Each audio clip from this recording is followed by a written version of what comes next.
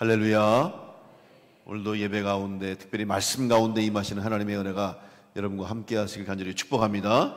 오늘도 귀한 은혜로운 찬양으로 하나님 앞에 영광 돌리는 호산나 찬양대 감사하면서 다시 한번 하나님 앞에 감사와 영광의 박수 돌리겠습니다. 고맙습니다. 어떨 때는 이 성가대 찬양이, 또 이 찬양대 찬양이 제가 설교하고자 하는 내용, 또 설교에 힘이 되는 찬양이 많이 있어요. 대체적으로 우리 교회의 찬양대는 그래도 이 담임 목사하고 영적인 코드가 잘 맞아요. 그래서 설교하는데 참 은혜가 되고, 설교 듣기 전에 이미 찬양을 통해서 다 은혜가 받아요. 어떤 경우에는 설교자 설교하고 찬양하고 전혀 안 맞으면 아주 좀 힘들 때가 있는데, 우리 교회 찬양대는 저하고 영적으로 잘 맞아서 제가 설교하는데 힘이 됩니다. 다시 한번 감사드리고, 특별히 오늘 광복절 78주년을 맞았는데 이 찬양의 내용이 바로 오늘 우리나라가 광복, 어둠에서 빛을 찾은 거 아닙니까? 일제의 압제하에서, 억압 속에서 빛을 잃고 절망하고 있는 그 땅에, 우리 땅에 하나님께서 생명의 빛, 구원의 빛, 은혜의 빛을 비추어 주셔서 다시 나라를 되찾고 독립하고 자유와 해방을 얻게 된 줄로 믿습니다. 특별히 그 광복의 역사 가운데 우리 한국 교회와 성도들의 기도와 희생과 헌신이 있었음을 우리는 잊어서는 안 될 줄로 믿습니다. 이거는 부인할 수가 없는 거예요. 아무리 교회를 싫어하고 예수를 믿지 않는 사람이라 할지라도 한국, 특별히 근현대사에 있어서 특별히 독립을 이루고 이 나라의 자유와 해방을 얻기 위한 그 독립운동과 나라를 세우는 과정 속에 성도들의 기도, 그리고 교회가 그 역사의 한가운데 있음을 우리는 부정할 수가 없어요. 우리나라는 기도원을 세우고 곳곳마다 구국재단을 세우고 나라를 위해 기도하는 교회예요. 요즘은 사실 나라를 위해서 기도하는 이 구국 기도 운동이 많이 약해졌습니다만은 지금도 여전히 우리 한국 교회는 우리 나라를 위해서 기도합니다. 이 말은 무슨 말입니까? 우리나라는 하나님이 지켜주시는 나라요, 하나님이 보호하시는 나라인 줄로 믿습니다. 우리가 기도해야 돼요. 여러분, 우리가 평상시에는 나라를 위해서 잘 기도 못한다 할지라도 이런 특별한 날에는 특별히 기도해야 돼요. 오늘은 8.15 광복을 기념하는 주일입니다. 그래서 오늘 오후 예배는 우리 교회에서 드리지 않는데, 사실 교회에서 주일 오후 예배 안 드리고 연합예배 드린다 그러면 속으로 다 그래요. 잘 됐다, 오늘 놀러 가자. 와, 오늘 시간 된다. 그런데 여러분, 그래도 우리 8.15 광복절 생각하면서 우리 충주시 기독교연합회에서 이 연합으로 예배 드리는데 그런 자리에 좀 많이 오셔야 돼요. 왜냐하면 그런 자리에 가면 우리만 모이는 게 아니에요. 그리스도인들만 모인 게 아니라 뭐 우리 시의원, 도의원, 시장님, 뭐 국회의원들 다 오거든요. 그러면 그들이 볼 때 기독교인들이 이렇게 연합해서 모여서 나라를 위해서 기도하는구나. 저들이 이렇게 예배하는구나. 또 이걸 사실 보고, 그리고 그 기독교인들이 교회에 대해서 좀 생각을 해야 되는데, 사실 모이면 연합집회하면 요즘 좀 창피해요. 너무 적게 모여가지고 창피해. 그래서 오늘 여러분 오후 예배 좀 서남교회에서 모이니까 다 오셔서 같이 이럴 때이라도, 이런 절기에라도 한번 교회를 위해서, 우리 나라를 위해서 기도하는 교회가 됐으면 좋겠습니다. 오늘 우리는 다시 한번 이 나라가 이렇게 세계 가운데에서 그래도 건재할 수 있고, 또 선진국 대열에 들어설 수 있고, 이렇게 우리가 자유롭게 우리의 삶을 살아갈 수 있는 것은 이 과정 속에 수많은 사람들의 희생과 헌신이 있었음을 잊어서는 안 됩니다. 무엇보다도 그리스도인으로 이 땅 가운데서 부름받은 성도들이 왜 그러면 나라를 위해서 희생하고 독립운동에 참여하고 목숨을 걸고 그 일을 했습니까?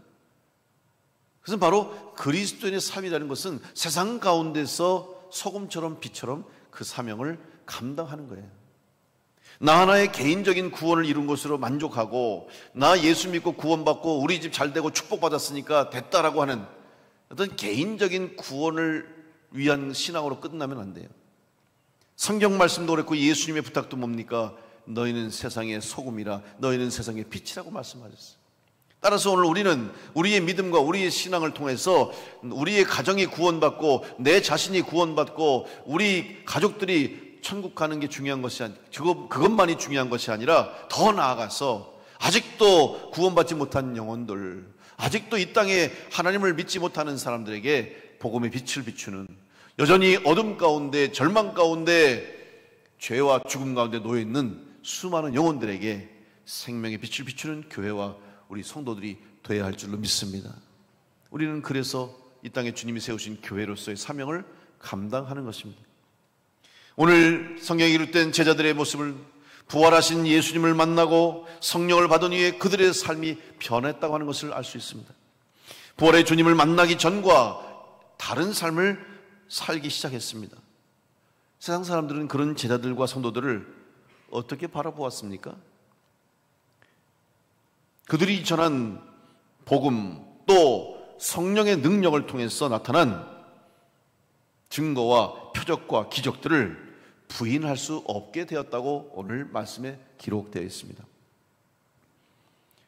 이것은 비단 베드로와 요한처럼 혹은 초대교회 당시에 예수님을 직접 만나고 경험하고 부활하신 주님을 만난 사람들만이 아니라 지금까지 2000년 기독교 교회 역사 가운데 바로 예수 그리스도의 증인된 삶을 살아가는 성도인 우리들을 통해서 지금도 끊임없이 이 복음이 전해지고, 복음이 전해지는 곳에는 그 누구도 부인할 수 없는 복음의 능력이 나타나고 있음을 믿고, 오늘 우리는 앞으로 계속해서 부활하신 예수 그리스도의 복음을 증거하는 증인의 삶을 살아가야 될 줄로 믿습니다.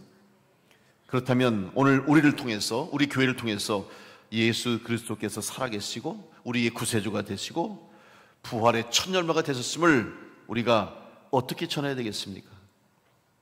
어떻게 해야 우리가 그들에게 부인할 수 없는 예수 그리스도의 복음을 전하는 삶을 살 수 있겠습니까?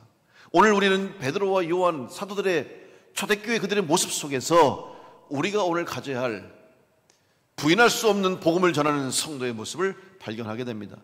첫째로, 믿지 않는 사람들, 세상의 사람들에게 오늘 우리 성도들은 이상하게 여겨져야 합니다.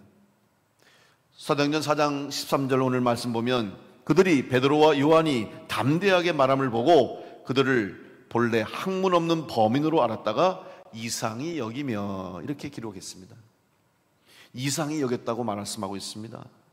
여러분, 그리스도인들은 세상 사람들에게 보면 이상하게 보일 수 있어요. 여기서 이상하다라는 말의 의미는 정상이 아니라는 말이 아니라 다르다는 의미를 가지고 있습니다. 자기들과는 다른 거예요. 무언가 다른 거예요. 그러니까 이상하죠. 왜? 그들의 생각과 그들의 판단과 믿음 없는 자들의 사고로는 이해할 수 없기 때문이죠. 이거는 당연한 겁니다. 땅에 속한 사람은 하늘에 속한 사람들의 생각을 이해할 수 없어요. 이 땅에 사는 사람들은 천국의 삶을 이해할 수가 없는 것이죠. 간단한 예를 들어서 말씀드리면, 오늘 여러분이 거룩한 주일 이 시간 예배의 자리에 나왔어요. 주일 성수하시고 예배를 드리잖아요.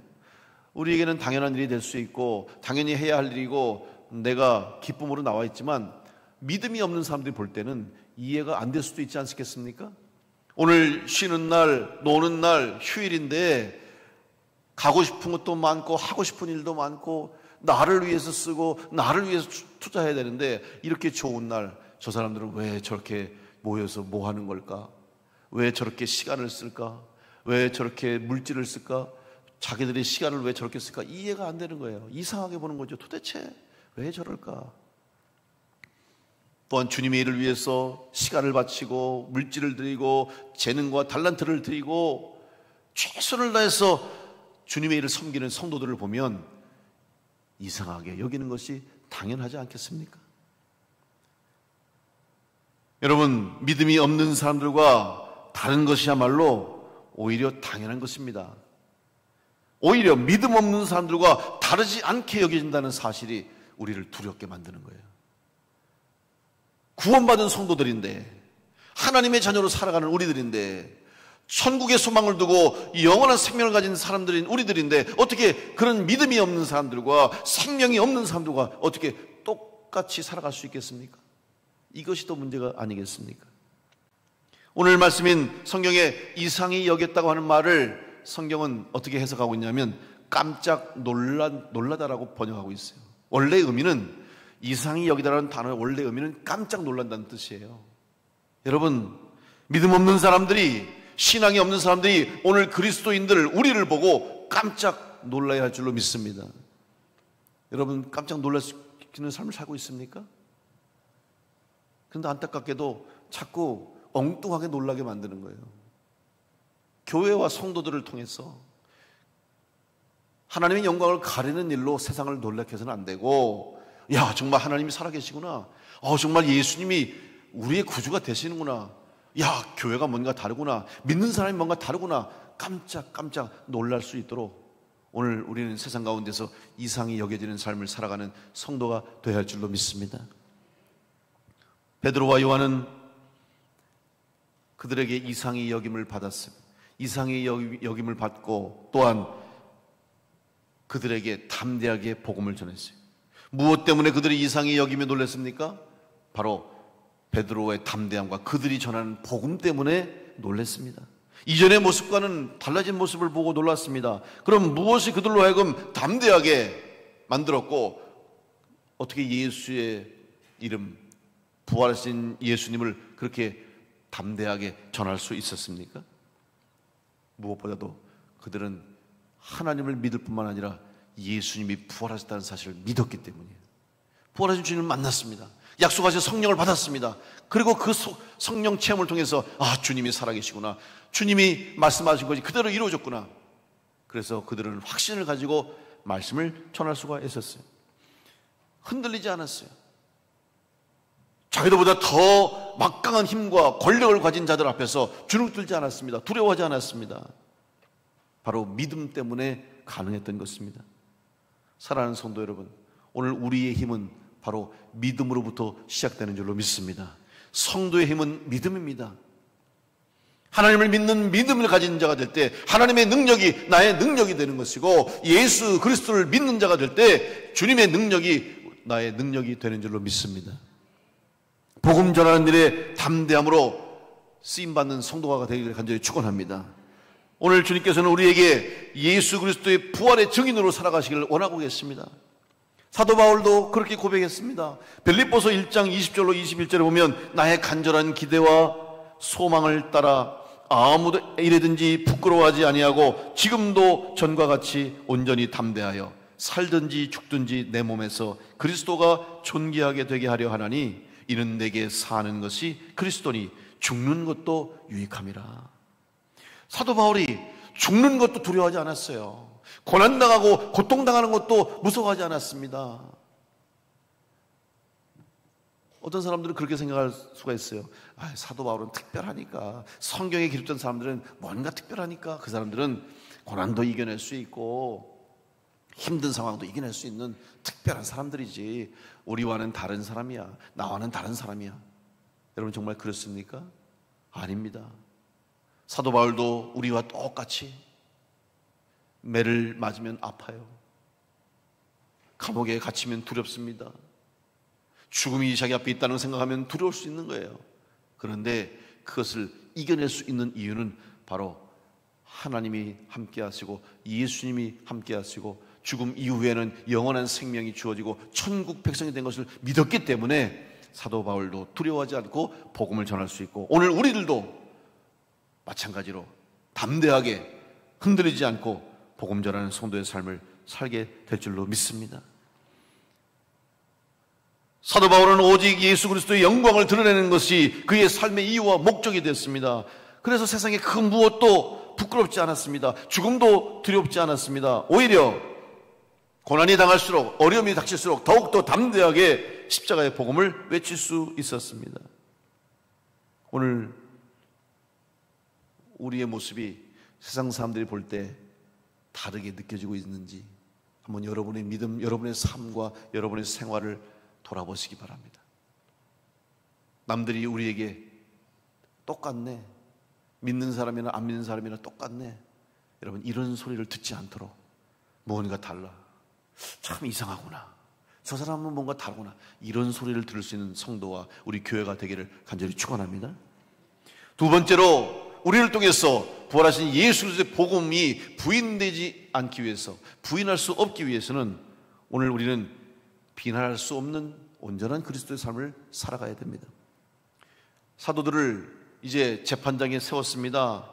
그리고 그들을 신문해서 그들의 죄와 잘못을 물음으로 더 이상 복음을 전하지 못하게 하려고 그들을 재판자리에 세운 것입니다.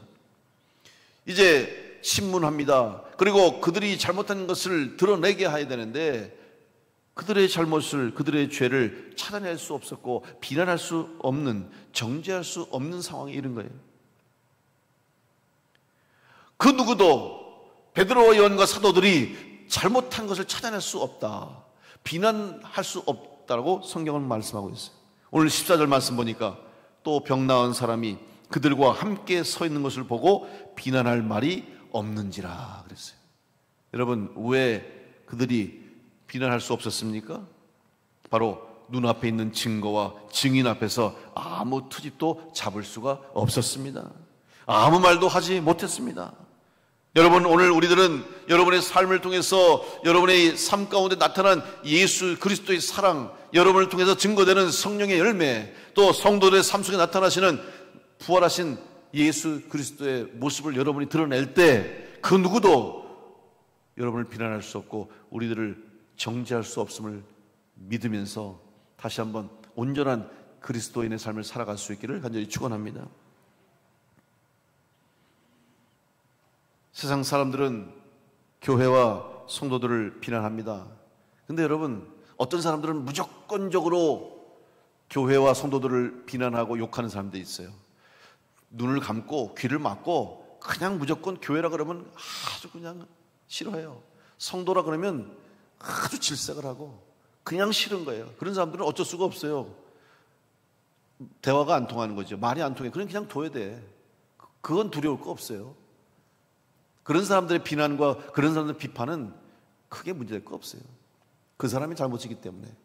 우리가 정말 두려워할 것은 혹시라도 우리의 잘못 때문에, 우리의 부족함 때문에, 우리의 실수 때문에 일어나는 일로 인해서 하나님의 영광을 가리고 그것 때문에 문제가 생겨서 세상 사람들에게 비난당하고 비판받지 않도록 하는 것을 우리가 주의해야 돼요.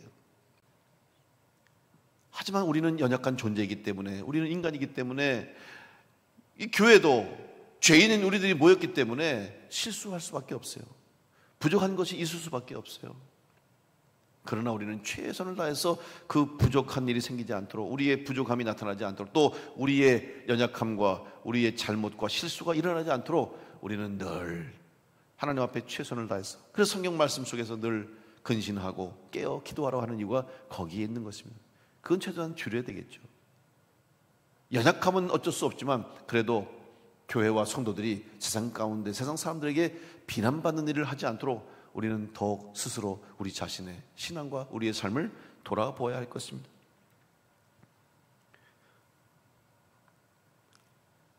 우리의 잘못 때문에 하나님의 영광을 가리지 않도록, 복음 전파에 걸림돌이 되지 않도록 우리는 늘 우리 자신을 말씀에 비추어서, 우리의 능력으로는 부족하지만 성령이 우리 가운데 역사하고 성령의 능력이 임하면 우리는 성령의 열매를 맺는 성도로 살아가게 될 줄로 믿습니다. 의지로 되는 것이 아닙니다. 노력으로 되는 것이 아닙니다. 오직 하나님의 은혜로만 가능함을 믿으시고 여러분 은혜 안에 거하는 성도로 살아갈 수 있기를 간절히 축복합니다. 고린도전서 10장 31절로 33절에 보면, 그런즉 너희가 먹든지 마시든지 무엇을 하든지 다 하나님의 영광을 위하여 하라. 유대인에게나 헬라인에게나 하나님의 교회에나 거치는 자가 되지 말고 나와 같이 모든 일에 모든 사람을 기쁘게 하여 자신의 유익을 구하지 아니하고 많은 사람의 유익을 구하여 그들로 구원을 받게 하라. 오늘 우리 교회와 성도들이 해야 할 일이 무엇입니까? 여러분, 우리는 거치는 자가 되지 말라고 그랬어요. 그래서 거치는 자가 되지 말라는 말은 걸림돌이 되지 말라는 말이에요. 그리스도로 신앙생활해도 어떤 사람은 다른 누군가에게 해를 끼치는 사람이 있어요. 다른 사람들에게 좋지 않은 영향을 끼치고 시험을 들게 하고 어려움을 당하게 하는 사람이 있어요. 거치는 자가 되어서는 안 돼요. 오히려 우리의 신앙이, 우리의 믿음이 다른 누군가에게 용기가 되고 희망이 되고 소망이 되고 온전한 믿음의 본이 되는 그런 신앙생활을 해야 되지 않겠습니까? 걸림돌이 아니라 디딤돌이 되어야 되겠죠. 거치는 자가 되지 말고 격려하고 용기를 세워주는 자가 될 때에 우리를 통해서 교회와 성도들이 비난받는 일이 생기지 않게 될 줄로 믿습니다. 그러기 위해서는 오늘 내 삶 가운데 비난받을 일이 있는지를 돌아보고 그 일들을 과감히 끊어버리는 성도가 되어야 합니다. 비난의 요인이 되는 것을 버려야 됩니다. 그리고 잘못된 것을 버리고 주님이 원하시는 성도의 온전한 모습을 살아갈 수 있도록 우리는 매일매일 하루하루 주님과 동행하는 성령의 사람으로 살아가야 됩니다. 그러기 위해서는 포기해야 할 것이 있어요. 버려야 할 것이 있는데 그것이 어렵습니다. 포기가 쉽지 않습니다. 손해보는 게 쉽지 않아요. 희생하는 게 쉽지 않아요. 근데 여러분, 교회의 역사는 희생의 역사예요. 순교의 역사예요. 헌신의 역사예요. 교회가 세워지기 위해서는 성도들의 기도와 눈물과 피와 헌신이 없이는 교회가 세워지지 않고, 더 나아가서 교회가 이 땅 가운데서 그 사명을 감당할 수 있는 것도 마찬가지예요. 성도들의 기도, 눈물, 헌신, 봉사가 있기 때문에 교회가 존재하는 거예요. 여러분, 교회는 봉사가 없으면 교회라고 할 수 없어요. 어떤 분은 그렇게 얘기해요. 뭐 교회 일을 하는데 복잡하면 이거 돈으로 하려고 그러는 경우가 있어요. 사람 사서 하자고. 이거 사서 하자고. 더 사서. 그렇게 해도 할 수 있어요. 그렇게 하면 더 쉽게 할 수 있어요. 간단하게 할 수 있어요. 근데 그게 정말 교회의 모습입니까? 교회는 성도들이 봉사하고 충성하고 헌신함으로 그 속에서 주님의 몸이 세워지고 그 가운데서 이 땅 가운데 하나님의 영광을 드러내고 복음에 비추는 것이 교회예요. 그렇기 때문에 성도들이 모여서 하나가 돼서 기쁨으로 헌신하고 봉사하고 충성해야 되는 거예요. 점점점 봉사하기를 싫어해요. 헌신하기를 싫어해요. 여러분, 내가 포기하지 않고 내가 희생하지 않으면서 교회가 세워지길 원할 수가 없어요.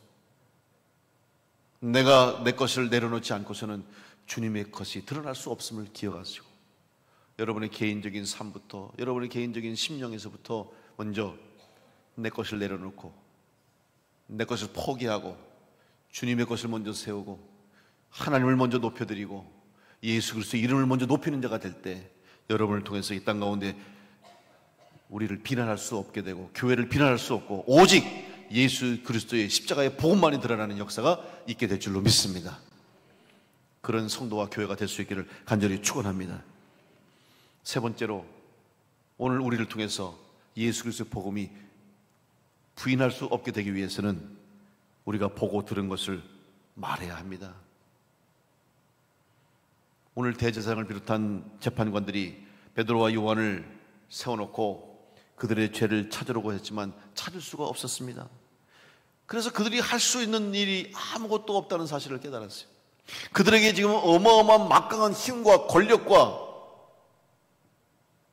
돈과 명예와 모든 걸 가지고 있어도 아무것도 없고, 세상 기준으로 보면 정말 보잘것없는 평범한, 배우지도 못하고 지식도 없고 권력도 없고 힘도 없는 사도들 앞에서 그들은 아무 힘도 쓸 수가 없었습니다. 그저 그들이 할 수 있는 일이고라는 그들에게 경고하는 일밖에 할 수 없었어요. 위협하는 일밖에 할 수 없었어요. 사도행전 4장 오늘 본문의 17절로 18절 말씀 보면, 이것이 민간에 더 퍼지지 못하게 그들을 위협하여 이후에는 이 이름으로 아무에게도 말하지 말게 하자 하고 그들을 불러 경고하여 도무지 예수의 이름으로 말하지도 말고 가르치지도 말라 하니. 여러분, 무슨 말입니까? 지금 재판관들이, 대제사장을 비롯한 정치 지도자들, 종교 지도자들이 베드로와 요한 사도들을 세워놓고 신문하고 재판하며 이제 그들에게 벌을 줘야 되는데 아무것도 못하는 거예요. 겁주는 거, 위협하는 거, 위협. 기껏해야 겁주고, 너 다시는 나가서 예수 얘기하지 말라, 부활했다고 하는 예수를 전하지 말라 경고했어요. 그러면 그 앞에서 두려워 떨어야 되는 거예요. 그 위협에 기가 죽어야 되는 거예요. 순종해야 되는 거예요.